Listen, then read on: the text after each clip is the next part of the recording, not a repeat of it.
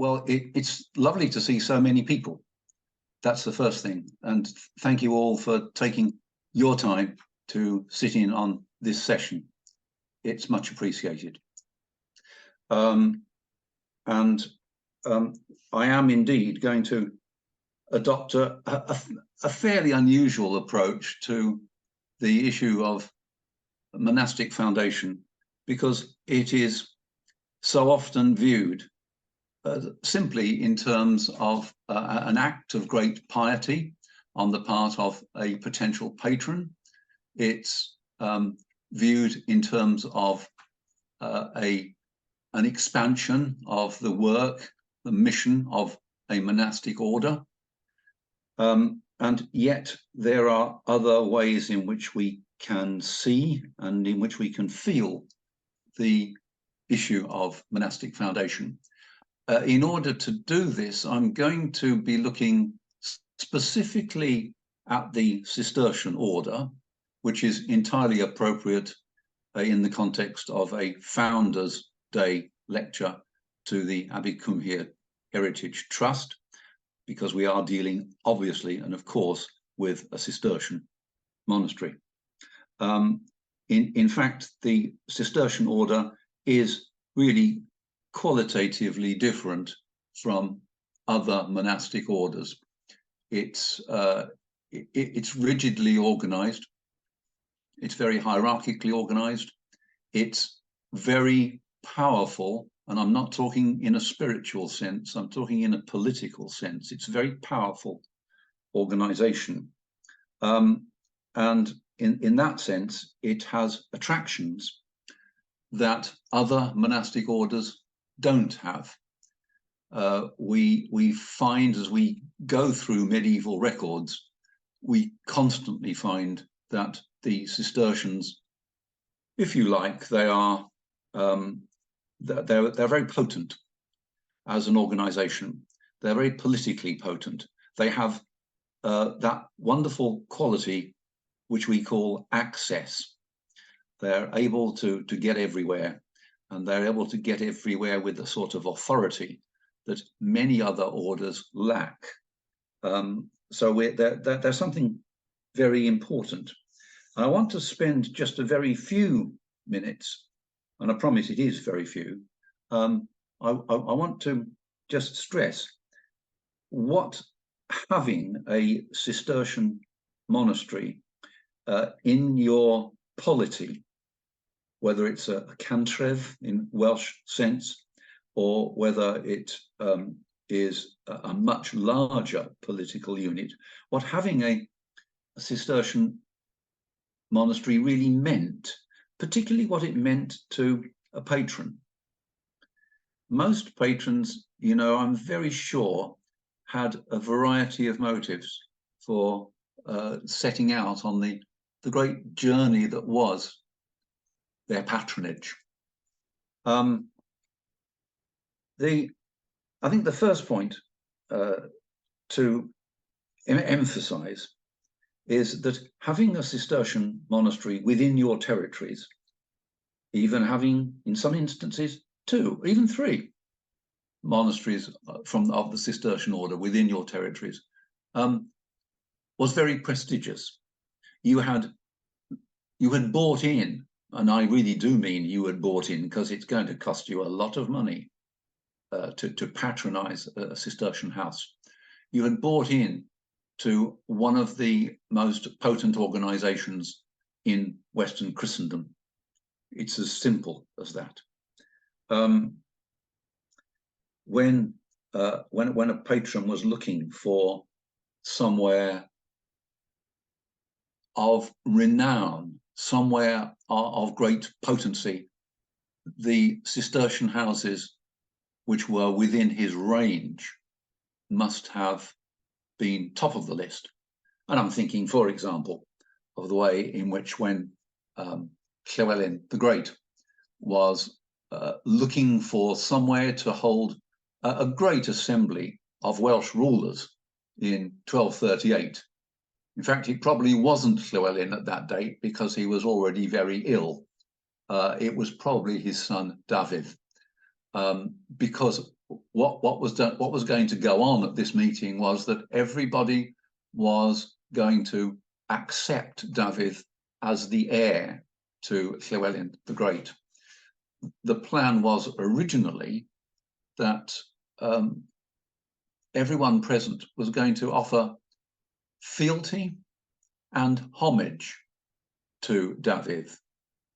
In the event, as soon as the government of Henry III found out what was going on, they put up such a furious response that the meeting had to be, if you like, revamped, rescheduled, in order to omit all references to homage.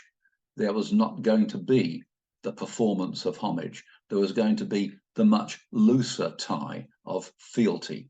And that was the result of the immense leverage exerted by Henry III's government. But nevertheless, it's the ambition that we're looking at here.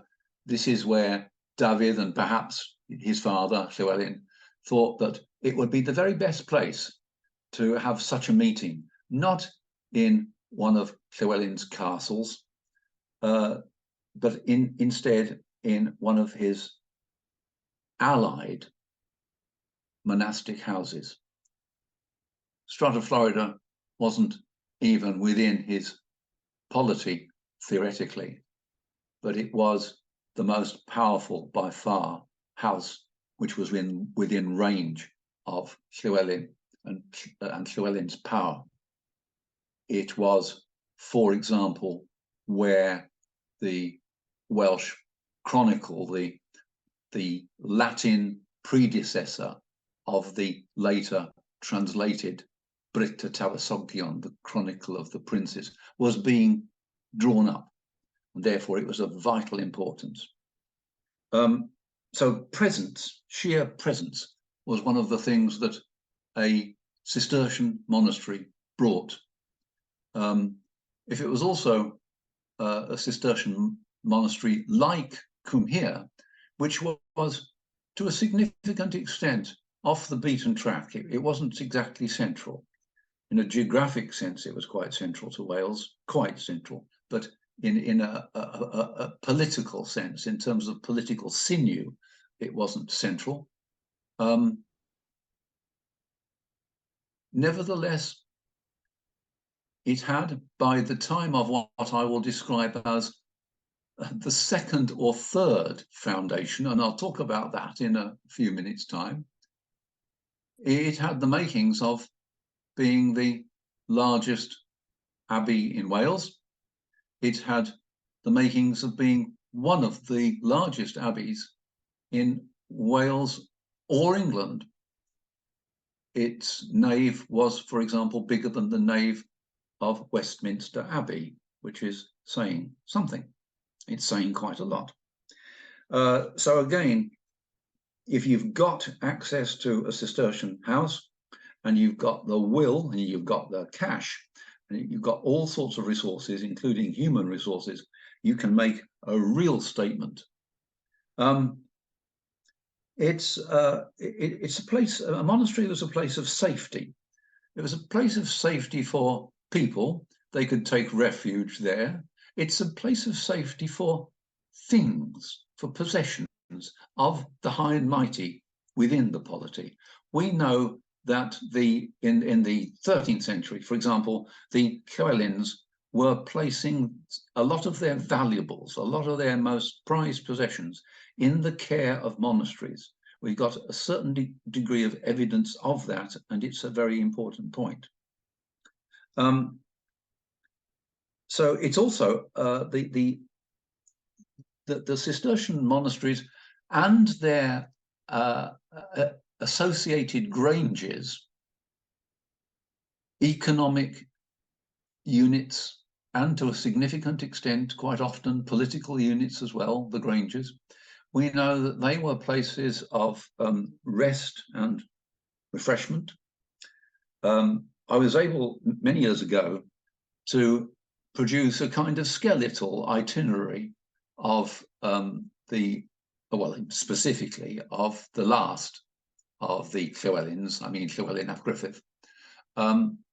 between the years of 1273 and 1277, so across a 4-year period, roughly, I could produce a very skeletal itinerary. It only ran at that point to 19 locations where his court stopped for a rest, for a break, as it moved around his lands. I suspect I could add 2 or 3 places to it now because we've accessed a number of very important materials. Nevertheless, it's quite interesting that if we look at those 19 places, 4 definitely, 5 possibly of those places were granges of Cistercian houses. All of them in North Wales, all of them within Gwynedd.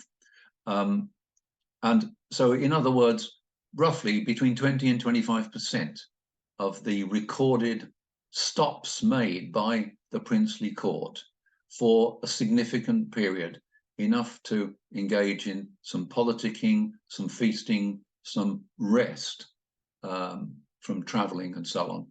That shows you at once how important the Cistercian houses and their granges were to the princes. They were places where, for example, documents might be drafted, because the Cistercian houses contained people who were adept at drawing up record sources. They could write you a pretty good charter if necessary, particularly, of course, if it concerned their own house. Very often, charters were drawn up by the beneficiaries rather than by the grantors. And so, very often the beneficiaries were monastic houses.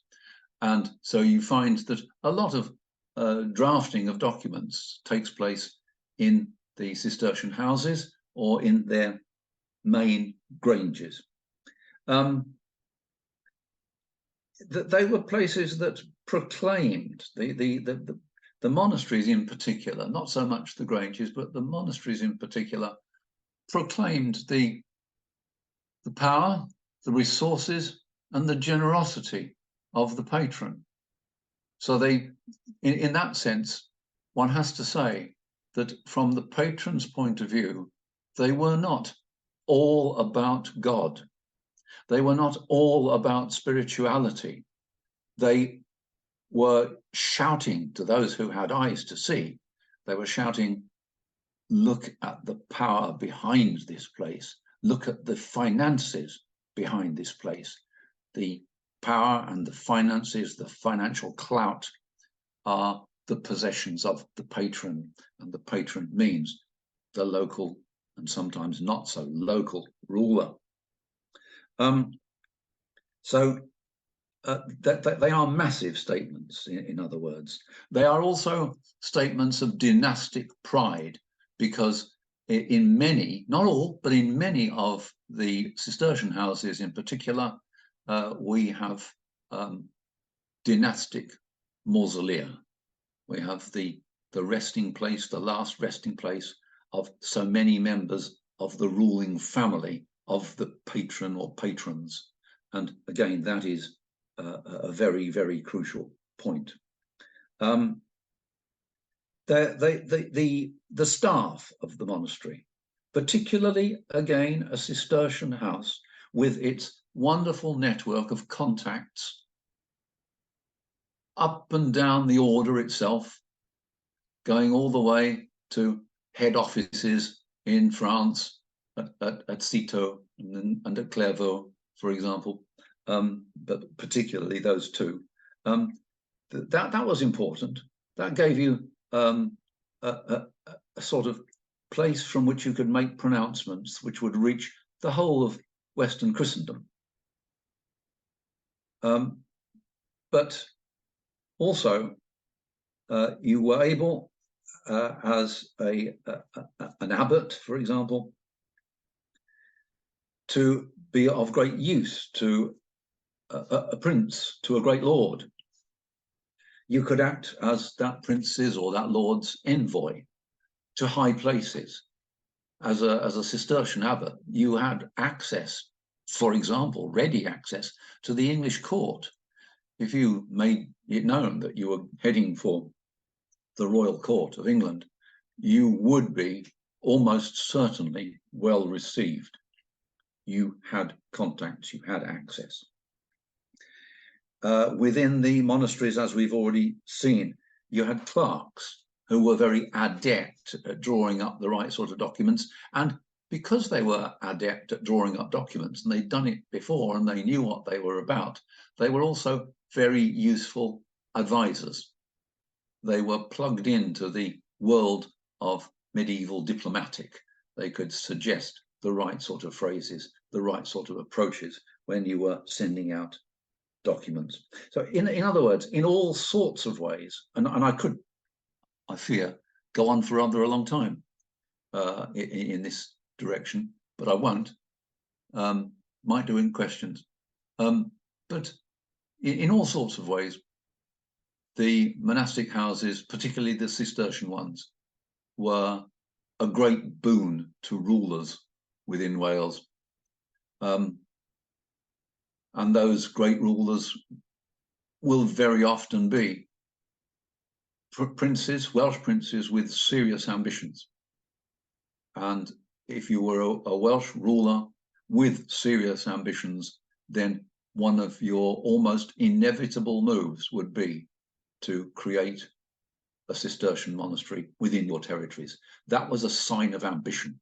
That was a sign that you proposed to be seen as someone who had arrived in the fraternity of rulers within Wales and beyond Wales. And the same applies to some of the greater marcher lords. They would also want to be seen to be a person of real substance. And I'm thinking of people like Robert of Gloucester, the founder right at the end of his life of Margam Abbey. There's just an example, but a very crucial one. Robert of Gloucester, a member of the blood royal, and someone who was a real presence and had been a royal presence, particularly during the so-called anarchy of Stephen's reign, in the politics of England. And therefore, one of his moves was monastic foundation. In order to explore what this meant in practice, I'm going to look at 4 cases. I could look at more, but I think you would probably prefer eventually to get some sleep. So I'll contain it within 4. I'm going to look at the abbeys of Margam in Glamorgan. I'm going to look at, and this is the order I'm going to deal with them in, I'm going to look at Cummer in southern Gwynedd. I'm going to look at Strattamachella in southern Powys. And I'm going, inevitably, I guess, given the occasion, I'm going to look at Cwm Hir as well. And I'm going to look at one particular aspect of the history of these places. They are not alone, but they are very good examples of the dangers of monastic foundation. We do have this tendency, it's an interesting one, and it's an almost inevitable one. We do have this tendency to see things like building of churches, founding of monasteries, contacts with the papacy, as good. They are things that betray high ambition, yes, but also they betray, in our minds, piety. Found a church, that's a pious sort of occupation. Build a monastery or fund a monastery, that's even better. Develop contacts with the papacy, and that can only be seen as a positive, a good thing from a certain perspective. And yet, as I said right at the outset, there are other perspectives, and they're neglected ones, but they're crucial ones. And if we could somehow magically conjure up presence within this group this evening of one or two celebrated Welsh rulers from the 12th or 13th centuries, they would almost certainly tell you that founding a monastery might be the prelude to a period of acute anxiety. It might even lead to something much worse than mere anxiety. And that's what I want to probe. My first case is going to be that of Margam, founded by Robert of Gloucester, whom I mentioned earlier, in 1147. That was a pretty momentous year for the Cistercian order, because it's the year in which another order, the Savignac order, effectively allowed itself to be bought out. It became part of the Cistercian order, so that places right across much of Britain, but places like Neath, for instance, which had been Savignac previously, suddenly became Cistercian. So it's a year of quite often elation within the Cistercian ranks. And it's a year of, if you like, simply an acceptance of the spread of the Cistercian order. And that underlies the foundation and the development of Margam.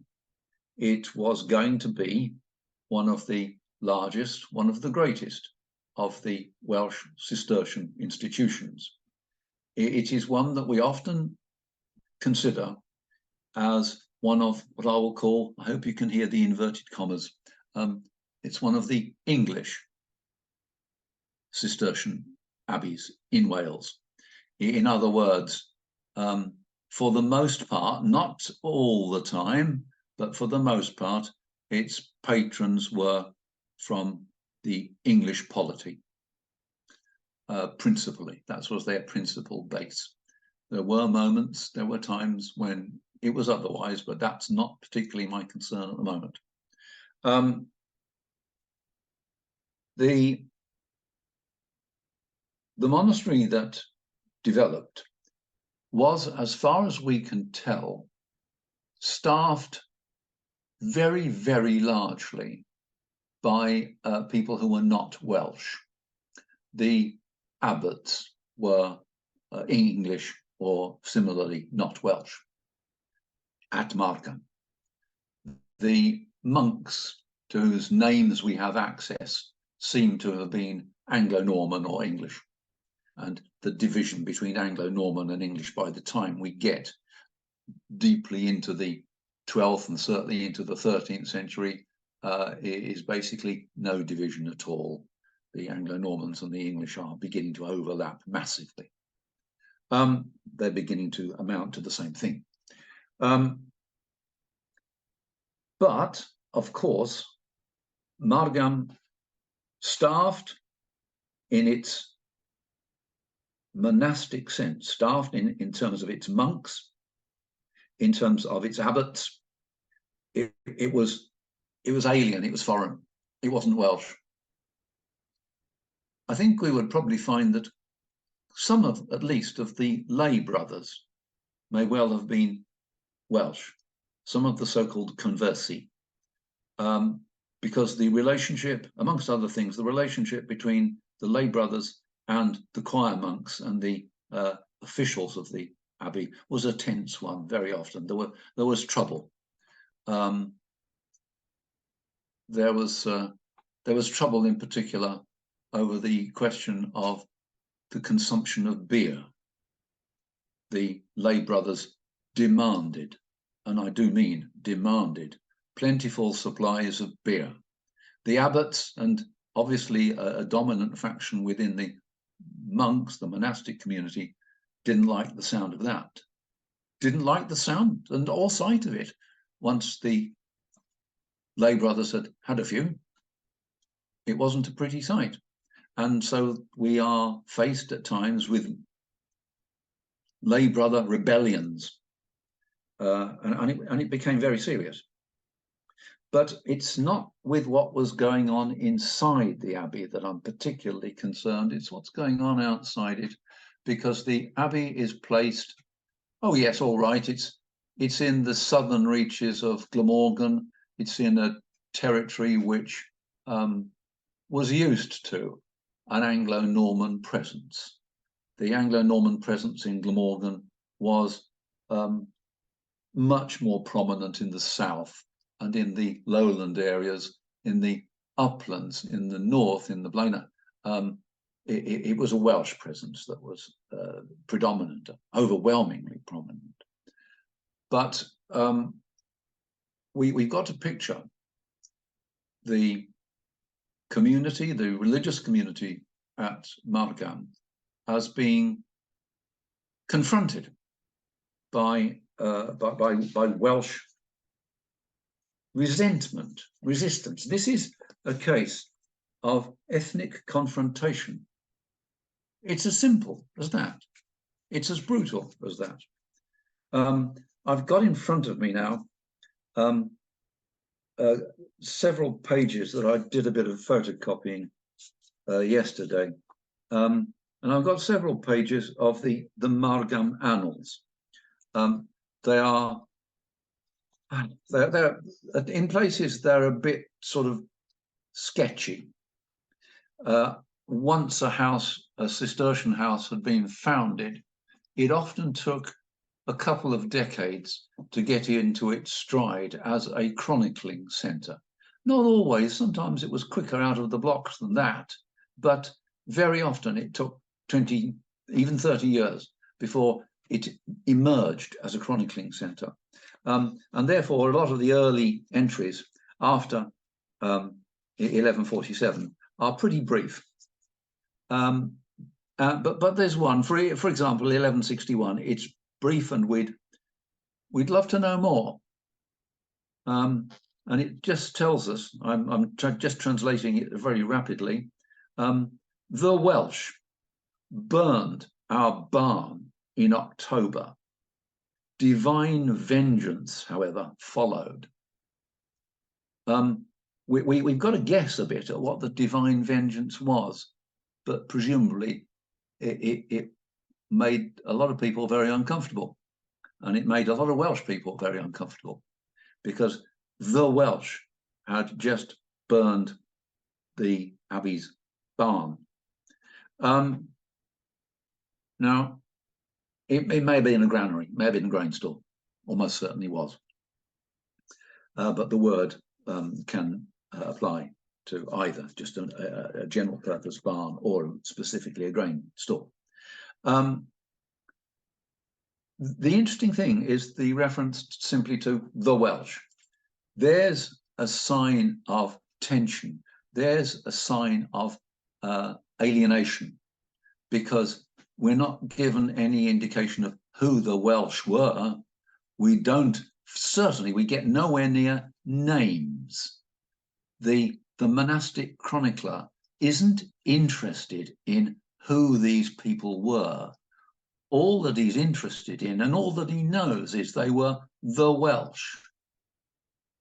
You know, we can pluck examples of such terminology and the use of such words from our own modern experiences, and from experiences in the course, you know, some grotesque experiences, not just in the UK, but in Europe in the course of the 20th century. And we have these words, these ways of lumping people together so that they are no longer individuals. They are less than people. They are less than human. They are just the Welsh. It's an interesting sign of what's going on. And then I've got another one. It doesn't refer specifically to a Margam institution, but it refers to a place that's just down the road, and that's the growing urban centre of Kenfig. And here is here's the entry. It's for 1167, and it says that the township of Kenfig, for the first time, was burned by the Welsh on the night of St. Hilary the Bishop.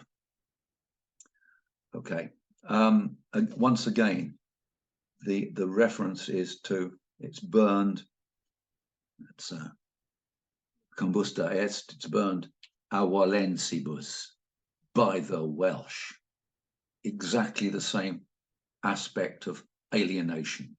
This is simply the Welsh, not as people, but simply as the other, the other on the outside. That's where they are. And then we've got something similar. It's very, very interesting. This, we're in 1185, a tumultuous period in much of South Wales, 1184, 1185, and it looks as though the Welsh of the Blaenau, the Welsh of the uplands, are taking advantage of that, because what we are told here by the chronicler, and it's interesting, he's getting more expansive. He's settling in. This is what we might expect. That the Welsh handed over to the flames, to the fire, the region of Glamorgan, and they began to devastate it. And amongst other places, Cardiff, the town of Cardiff, was handed over to the fire, and the town of Kenfig for the second time. Also, the castle of Neath, for a second time, was besieged, and it was only the efforts of the defenders who managed to see off the attackers. They turned to flight the hostile mass of the Welsh, agmen hostile Walentium, and in particular the machine that they had made was burned. Machina confecerant igne cremata, was burned in the fire. Now this is interesting because this sounds very much like a siege engine, and it's an early reference to a Welsh-built siege engine. It might be something that they'd stolen, might be something they'd acquired in that way, but it specifically says machina quam fecerunt, they made it. This is very, very interesting. The Welsh of Upland Glamorgan are getting a tiny bit sophisticated, but they are still the Welsh, not people, just that lot out there.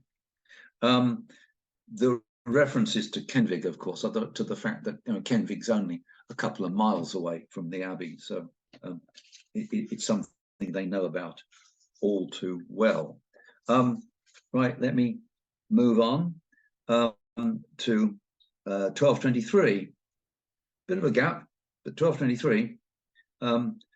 Evil men, perversi homines, evil men burned of our sheep more than 1,000, and 2 houses, that is to say sheep's buyers, sheep's houses, in 1 week.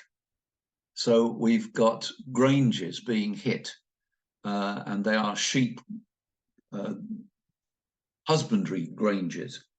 And once again, we don't get, there's no specific reference to the Welsh, just that they're evil men. They're perversi homines. I'm sure it is the Welsh.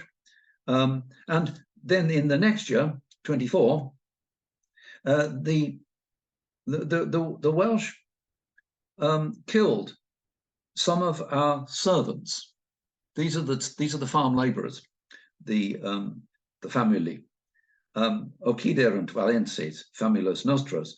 They killed some of our farm labourers, engaged in manual labour, and they killed 2 of them in 1 day. And after that, very soon after that, they killed a boy who was looking after the sheep. He was the pastor of the sheep. And then in the same year, one of the rulers from the Welsh community in the uplands, Morgan ab Owain, in the same year, Morgan ab Owain, oh my word, we got a name. There's a glimmering of an acknowledgement that these are people with names. They're not just the Welsh. So in the same year, Morgan ab Owain burned a house of the monks of Neath. So we're getting the neighbouring monastery of Neath is being brought into the plot here, together with 400 sheep or more, and also 4 of their labourers they killed, and a monk of the same house, that's Neath, and one of the lay brothers, they wounded very gravely, graviter vulneravit, or he did, Morgan and his men. Morgan, a very interesting, a sophisticated Welsh ruler, able to issue a lot of charters, almost certainly charters issued by beneficiaries, but nevertheless, Welsh rulers in the south, in the uplands of Glamorgan, an area significantly cut off from many other parts of Wales, not sort of, as it were, always in the loop, Margam, but nevertheless, we're beginning to see increasing sophistication of the Welsh community there, and an acknowledgement, albeit backhanded, an acknowledgement of that sophistication by the chronicler of Margam. We're back to old habits here, though. By 1226, the Welsh burned 3 towns in Glamorgan. That is to say, the town of St Nicholas, the town of Newcastle, and the town of Llalliston. They also killed several men. And again, in the following year, 1227, in this year, the Welsh burned our grange of Penarth down to the ground, with many animals, and many cattle they killed here. Afterwards, they destroyed the people of the Grange of Resolven, and they also burned to death many sheep, and they took away a lot of cattle, and they killed at least one of our farm labourers. They also captured, if you like, Theodoric's Grange. That's one of the granges of Margam. And then they what else did they do? They took with them a lot of the cattle of that grange, and then again in various places they burned our houses. And in those fires, a huge flock of sheep perished. So the sheep are going down; they're being trapped and burned in very large numbers. I could go on and on, but I won't, because I've got to look at 3 other places, and I do see that time is getting on a bit. So we've by now we've only got about 2 hours left. So well, actually, I just trimmed that a bit. I meant 2.5 hours, you know. But there's you can see what the score is in Margam's case. You've got a monastery, you've got a house of religion, it's a dangerous place to be. It's a dangerous place to be as a monk. It's a dangerous place to be as a labourer working for the monks. It's an even more dangerous place to be if you're a sheep. Then it gets horrible. But my word, that's no life given over to simple contemplation. That's no life given over to the routine of spiritual observance. This is a life where the monastic community is, as it were, looking over its shoulder constantly. Who are those people out there? What are they up to? They're heading our way. Oh, good Lord, what do we do now? Do we start fighting or do we start praying? What's, how do we get out of this one? And it's awful. These references to the Welsh just coming for you every few years. And these are just the ones that end up in the Margam Annals. The Margam Annals are very interesting and they're a good source in many ways, but they are fairly sketchy at times. And there's no doubt that at times they're leaving out a lot. And the other thing is that they only go as far in their proper Margam version. They only go as far as 1232. There is another alleged version, but it's not really a Margam text. It belongs to another abbey, and it says nothing about Margam itself. So forget it. It lives in Trinity College, Dublin, and for our present purposes, it's not much use. There is a text which I think is a kind of continuation of the Margam Annals after they break off in the 1230s, but it's very slight. And again, it doesn't have anything that's of great importance for us this evening. So I can move on, having emphasized that spiritual observance was taking place, but there was an awful lot else taking place in the case of Margam, and it's not very pleasant. It's ethnic hostility on a pretty grand scale.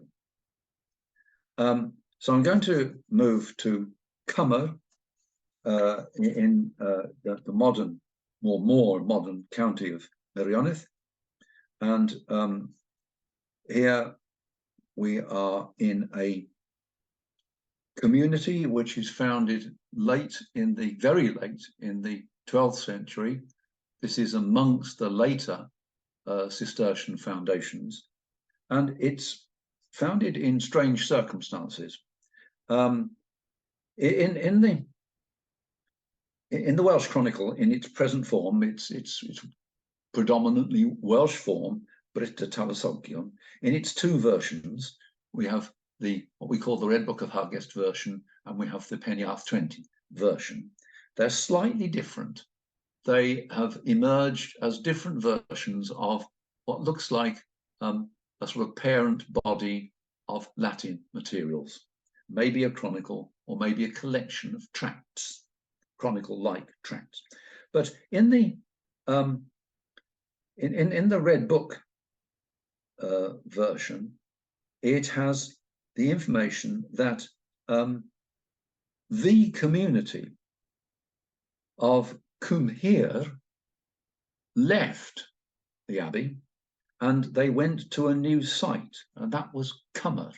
So they leave the more recent county of Radnorshire and they go to the more recent county of Meirionydd. The community, that looks like the lot of them. In the Penniarth 20 version, it simply has the same basic text, but it is a community. The article has changed. It's a community from Cumhir has gone. The problem here is I don't think we'll ever get beyond this dichotomy and this problem, because the chances are that the original Latin text used the word communitas, and that can mean the community or a community. It's very simple. In the Latin, it can be either a definite or indefinite article, and that's a real problem. It looks like one of the translators into Welsh has translated as the, and one of them has translated it as a. So sorry, I can't be of any further help. All I can do is just muddy the waters a bit. But the point is that something else was happening. When we look at the foundation of Cummer, we too often, look at it simply in the context of what appears in the Chronicle. Community from Cumhir, a community, the community from Cumhir. Well, the Chronicle has a monastic origin, and it does tend at times, not always, but it tends at times to privilege monastic developments, to look at what's going on in the world of Cistercian monasticism. But there's other things going on at the time, and they're going on in the region in which we find Cummer. We are in the principality, the developing principality of North Wales. We sometimes just call it Gwynedd, and we're not far wrong if we do. In that area, in North Wales, we have had a great ruler, and he was Owain Gwynedd. He was Owain ap Gruffydd ap Cynan, and he is close to the genesis of that great dynasty that is going in the 13th century to give us the two Llywelyns, the great and the last. Owain Gwynedd fathered an awful lot of sons, and for that matter, daughters, but sons. And they spent 2 or 3 decades fighting amongst themselves. By the time we get into the 90s, the situation, Owain Gwynedd dies in 70. His sons and grandsons are fighting, and they're fighting for 20 years and more. And by the time we get to the and more, by the time we're in the 90s, the fight is beginning to rationalize, if you like. There are people who are dropping out, there are people who are dying, there are people who are being killed, there are people who are just escaping, and there are 1 or 2 survivors who are really fighting and maneuvering. And one of those is a grandson of Owain Gwynedd, who is called Llywelyn ap Iorwerth. He is the future Llywelyn the Great. And the other one is another grandson of Owain Gwynedd, and he is Gruffydd ap Cynan ap Owain. He's got that wonderful name, Gruffydd ap Cynan, which refers, it's a reference back to the father of Owain Gwynedd, who was himself Gruffydd ap Cynan. So it's a really potent dynastic name. As the possessor of a really potent dynastic name, Gruffydd ap Cynan ap Owain has ambitions. But so does Llywelyn ap Iorwerth ap Owain. He has ambitions too. In the course of the 90s, they run almost parallel at times in terms of achievement. They both emerge as dominant forces. Llywelyn, east of the River Conwy, Gruffydd ap Cynan, west of the River Conwy. That's how we are tempted to picture the way in which things develop in North Wales. But in fact, I think it was more complex than that, and it's going to take a significant paper or 2 to work that one out. It's something that's been started already. There's 1 or 2 historians, of whom I am one, who are sort of maneuvering around, looking at each other in a slightly nervous way, and thinking, who's going to start the fight? But it's going to be interesting when it does start. Basically, In 1198/99, and I'm talking about the period between our new year and the 25th of March, this period which in Cistercian calculation, that was all, let's say, 98, whereas we would say that it was partly in 98, partly in 99. But in that year, 98/99, we get the reference to a community going from Cumhir to Cummer. But we also get, I mean, who called them? Who wanted them there? Well, the Chronicle doesn't tell us. But we get 2 appearances of envoys before the Cistercian General Chapter, asking on behalf of a magnate in North Wales for permission to found a monastery. That magnate is given as Giffin or Griffin. He is Griffith ap Cynan. There's no other candidate. He is looking for permission to start a new monastery.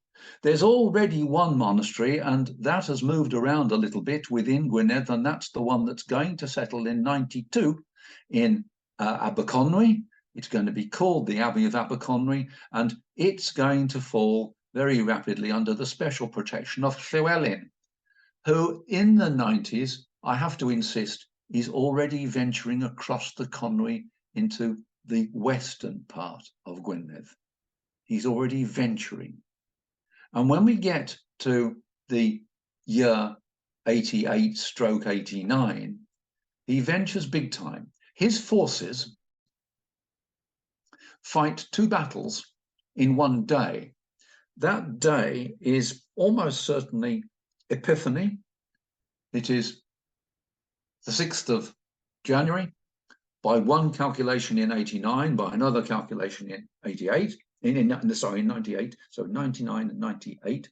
But in the battle to the east, Llywelyn's forces move in 2 columns, if you like. They go east and they go west. They go east and they hit what we would describe as the modern town of Mold. And that is seized by Llywelyn's forces, and it's seized from the Monte Alto lords, the de Mold lords, who are the local officials of the Earls of Chester. Another column of Llywelyn's men go west. They cross the Conwy. We can tell from some of the poetic references that they go deeply into Western Gwynedd, into the northern part of Western Gwynedd, and they win a victory. The loser can only have been Griffith. This is the point at which Griffith is virtually destroyed. Llywelyn is going now to emerge as the dominant force within the politics of the north. And this is precisely the point at which Griffin is appealing for permission to start a new monastery. Well, I can tell you where that new monastery is. It's at Cummer. It's where the departing community from Cumhir is going to end up, because there's a meeting of demand here. They want somewhere to go, and Griffith ap Cynan can provide them with somewhere from southern Gwynedd. He's already losing northern Gwynedd. That's being taken over by Llywelyn. So we've got a new configuration of the politics emerging. It's very, very interesting. And what we get is not only battles in the course of a political campaign out of which a new Cistercian abbey will emerge. So this one emerges from bloodshed, but also where does Griffith ap Cynan end up and when? Well, I can tell you, he's going to die in 1200. And he's going to die and be buried in Aberconwy. Now, he hasn't gone there, I have to assure you, of his own volition. He's been starting a new abbey, and that's Cummer. So he's been captured, he's been taken there. He is put into the grave under the authority and the auspices of Llywelyn. And there is one theory that he may have been tonsured first. In other words, he may have been made a monk first to put him out the way once and for all, and then he dies. Does he fall or is he pushed? Well, we have to wonder, and I'm afraid at the moment I'm not going to tell you, but it may come to us a little bit later. There's the business at Cummer. So I am going to mention very briefly, however, Strata Marcella. Okay. We're now a couple of miles away from Welshpool. We are in Powys. We are in what I insist on calling Southern Powys, because there are very important reasons why I should not be calling it Powys Wyn, as has been traditional. There are very good reasons for that, I have to promise you, and they are all set out in an appendix in my volume on medieval Powys. And if you are having a problem with sleeplessness, I can thoroughly recommend medieval Powys. It'll put you to sleep like nothing else. Actually, who am I kidding? I think it's quite exciting, but there again, I come from Powys. In the case of Strata Marcella, we've got a bit of background. We've got serious antipathy between two rulers in Wales, in sort of almost overlapping regions of Wales. We've got the Powysian ruler, Owain Cyfeiliog. His name is the name of the northwestern division, the Connaught of Powys. That is Cyfeiliog. It borders, for example, the River Dyfi, and it has an outlet to the Irish Sea. We've got an outlet. We've got a contest between Owain Cyfeiliog and the Lord Rhys ap Gruffydd, the ruler of Deheubarth.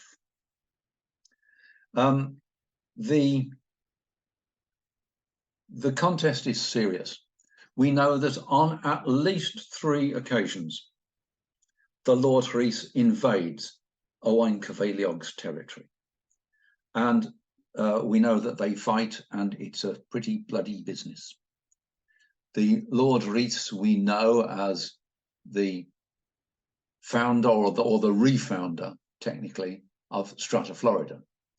And Strata Florida, in turn, with, I suspect, the Lord Rhys's backing, becomes the founder of another Cistercian house, and that is the house of Llantarnam, alias Caerleon, down in the southeast. The tension between Owain Cyfeiliog and the Lord Rhys comes to a head in 1167, when the Lord Rhys teams up with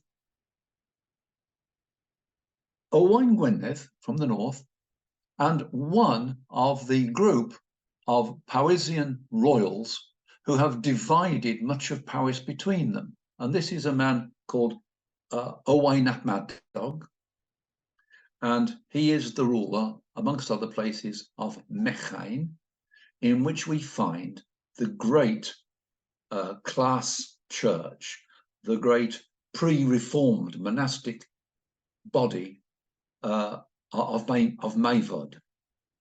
So a place which twice in the current century has hosted the Eisteddfod, the national Eisteddfod, for example. In other words, a place which is still resonant in Welsh culture, in national Welsh culture, and was one of the holiest and ancient places of Wales. So we've got this prestigious local Welsh ruler, Owain ap Madog. We've got the Lord Rhys, and we've got Owain Gwynedd, and they all turn on Owain Cyfeiliog. And not surprisingly, they drive him back and they drive him out. And he goes into England. One of the reasons why he does go into England is because he's a mate, he's a buddy of Henry II.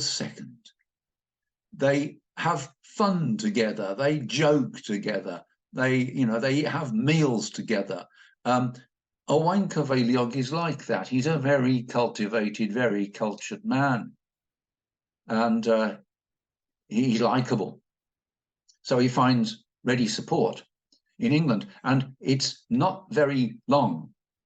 I think, I hope I established that in a paper published, gosh, in the general direction of nearly 20 years ago. But I think 18 years ago, actually. But it's only a matter of months before Owain Cyfeiliog comes back. He comes back with what the Chronicle describes as a French army. In other words, they're French speakers.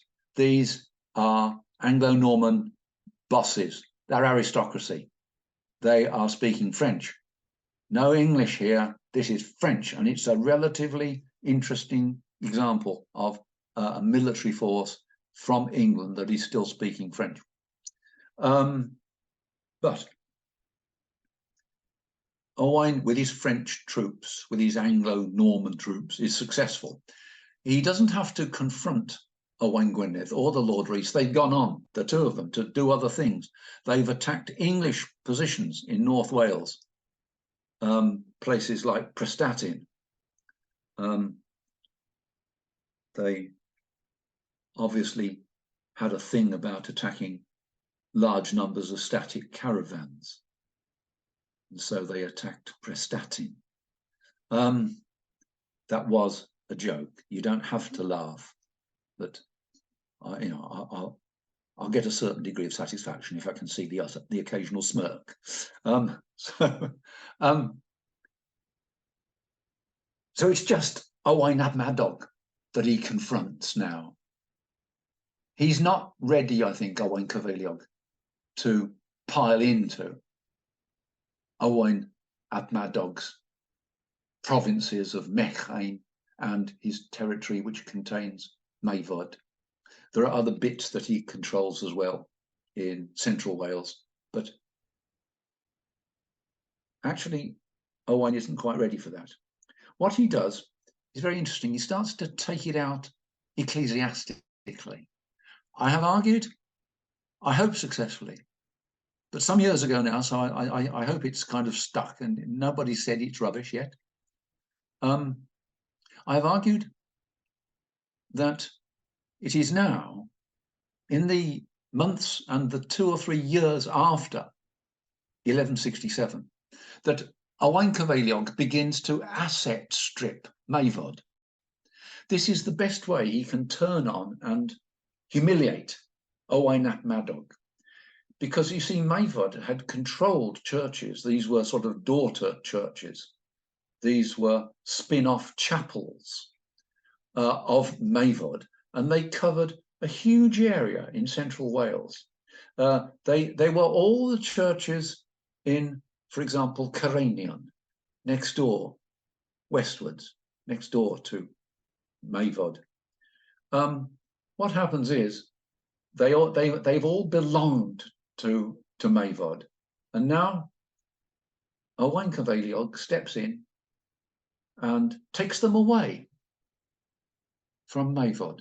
I'm sure there were protests, and when they say, "Why do you do that?" he simply says, "Because I can, and I want to, for political purposes." And suddenly there's a new mother church in Ceredigion, and it's Llanfair Ceredigion. It has been a chapel once upon a time, but now suddenly it's elevated to the status of a major class church, a major mother church. And all the other churches in Ceredigion become its daughter churches. So there's something that's been lost to Mavod.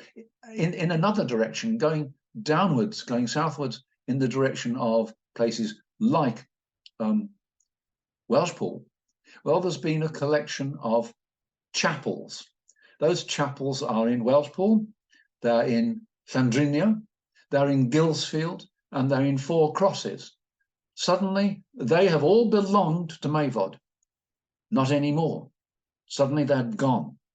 They are now 3 chapels, Gilsfield, Welshpool, and Four Crosses, and 1 new, rebuilt mother church, and that's Llandriniaeth.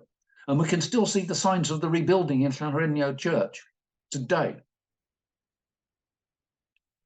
So this emerges again as a new set of churches within Owain Cyfeiliog's territory. His territory extends eastwards now as far as that, as far as the English border. And so what has taken place is that a development of asset stripping has taken place. But there's one further trump card that Owain Cyfeiliog has, and that is, I'll found a monastery. And that monastery is founded in 1170. It's part of the same sequence of events, and it is Strata Marcella, sometimes called Pool after Welshpool. Welsh bit is later. Welshpool is later to distinguish it from Pool in Dorset. Now it's simply called Pool in the 12th century, and for that matter, the 13th. Now, as soon as that happens, as soon as that foundation takes place, Owain Cyfeiliog has created a new old enemy. New because he hasn't featured in my text, if you like, for some minutes, but old because I've already told you there's bad blood between them, and that's the Lord Rhys. The Lord Rhys has already had 3 wars with Owain Cyfeiliog, and now we're due for another one, because in 1171, within a year of the foundation of Strata Marcella, there is a war between the Lord Rhys and Owain Cyfeiliog. The Lord Rhys piles in with his vastly numerically superior forces, and there's no time to bring up English support. And therefore, there's a war that takes place overwhelmingly in Cyfeiliog itself, in the western parts of southern Powys. And in that war, we are told by the chronicle, by Britta Tawasogion, that the Lord Rhys subdues Owain Cyfeiliog and takes 7 hostages from him. That's the very biased commentary of the Welsh Chronicle, because it was originally being drawn up within the territories of the Lord Rhys at Strata Florida. It's going to give us a one-sided version of what happened. What actually happened was, and I can prove this very, very precisely, I'm afraid at some length, so you're not going to hear it tonight, but I can give you the name of the article in which it appeared. What actually happened was that one of the casualties of the Lord Rhys's attack was a man who had come to support Owain Cyfeiliog. And this was one of his kinsmen. It's a man called Iorwerth Goch, and he is the half-brother of the now dead Madog ap Meredydd, the greatest of all Powys-ian rulers. The conflict in which he takes part, he comes to help Owain Cyfeiliog. The conflict takes place within a few weeks in 1171.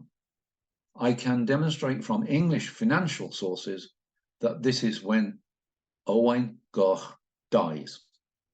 He is killed, and he's killed fighting the Lord Rhys and defending, helping to defend Owain Cyfeiliog's territory. The interesting thing about Iorwerth Goch is that Henry II has two favourite Welshmen. One of them we've already met, and that's Owain Cyfeiliog himself. The other one is Iorwerth Goch, who is not only been installed as a lord within Powys with the support of Henry II, but he's put on a pension, and that pension is £92 a year, which in 12th century currency is a fortune. There are English barons who would weep with joy to be the recipients of £92 a year. It's that important. We're talking about aristocratic levels of income. And when Henry II learns of the death of Iorwerth Goch, he is not pleased at all. His principal Welsh enforcer, his principal Welsh ally, has gone. And it's the Lord Rhys who did it. And within months, Henry has called the Lord Rhys to account for himself. The Chronicle doesn't tell us quite the truth. It tells us that the Lord Rhys went to meet Henry II in the Forest of Dean. And there, very interestingly, and it's a slip of the pen, and there the Lord Rhys made friends with the king. So when they met at first, they weren't friends. You bet they weren't. Because you see, we've had this monastic foundation at Strata Marcella, and what's the result? It's bloodshed. It's a war between Deheubarth and southern Powys. It's a war in which Henry II's favourite Welshman has died. We are looking once again at serious, serious bloodshed. I could say more, but even Mel's liberalism is going to be tested if I'm not careful. So I'm going to move on to Cumhir, founded in 1176, probably. Possibly founded earlier, or however briefly, and that's in 1143. Some Cistercian sources suggest that there was an earlier foundation. What is interesting, there's always a discussion about the, if you like, the textual validity of the Cistercian sources. Yeah, fine. Obviously there's a massive room for that. But there's something else, and that is that if there was a foundation in the period 1143, it was going to have an impact on surrounding polities. It was allegedly founded by a member of the dynasty of Meliennydd, where Cumhir is situated. The interesting thing is that from that period, 1142 to 44 in particular, members of that dynasty suddenly start dying in significant numbers, and they are being killed by the Mortimers. This is fascinating, because the Mortimers would be one of the groups threatened by the emergence of a Cistercian body in Meliennydd, because it would serve to protect its patrons, that is to say, the Welsh ruling dynasty of Meliennydd. What do you do to get in the way? What do you do to stop the foundation?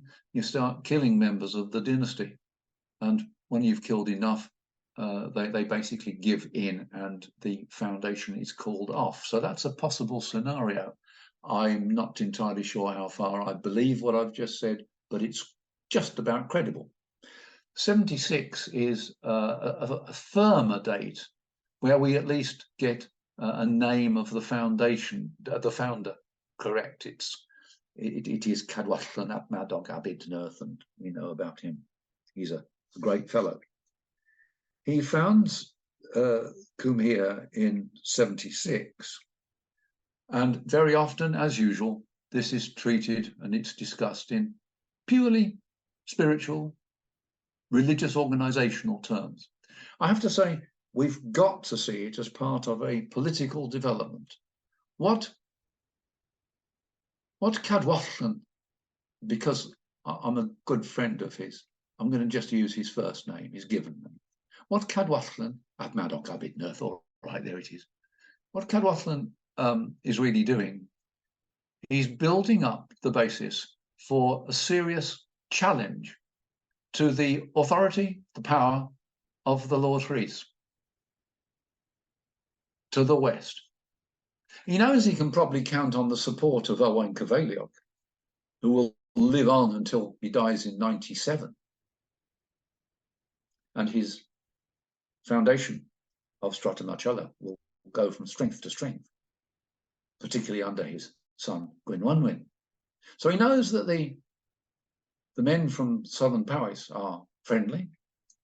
One of the things that he tries to do, that Cadwallon tries to do, also in 76, the apparent year of foundation of Cumhir, one of the things he tries to do is to change the diocesan boundaries, to move the boundaries of the lands between Wye and Severn out of the Diocese of St. David's, whose protector is the Lord Rhys, into the Diocese of St. Asaph, which has two protectors. In the north, the Earl of Chester, and in the south, Owain Cyfeiliog. Well, there's a thing. Now, that's an important move. It fails. The attempt to change the boundaries is scuppered by no less a person than Gerald of Wales, a young Gerald of Wales, acting as the Archdeacon of Brecon. He goes and has a confrontation with the Bishop of St. Asaph, and he overpowers the Bishop of St. Asaph. The Bishop of St. Asaph tries to excommunicate Gerald, and at which point Gerald starts to excommunicate the bishop. The bishop says, "But I'm a bishop, and you're only an archdeacon." And Gerald says, "You might be a bishop, but you're outside your diocese. I'm an archdeacon, and I'm inside my archdeaconry. And there is no Bishop of St. David's at the moment.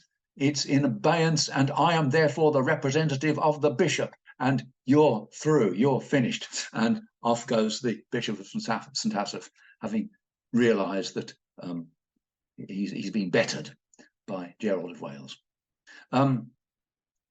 Gerald of Wales also, it has to be said, had Rent a Mob on his side. He'd organised Rent a Mob, and they succeeded in driving off the Bishop of St. Asaph by throwing clods of earth at him. And he decided that rather than risk disfigurement, he'd better go back to St. Asaph, which is what he did.